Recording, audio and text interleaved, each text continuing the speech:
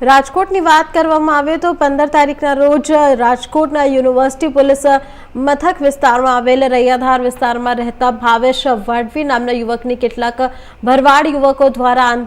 આંતરિક ઝઘડાને કારણે અપહરણ કરી સાથે ઢોર માર મારી હત્યા નિપજાવવામાં આવી હતી। જે બાદ ગઈકાલ દલિત સમાજના લોકો દ્વારા મૃતક ભાવેશ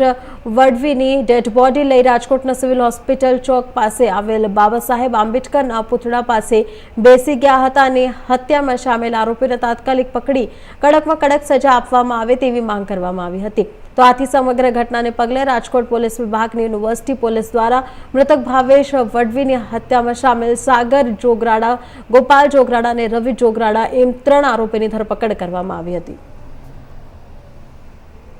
15 માર્ચ 2026 રાત્રે 10 વાગ્યાની આસપાસ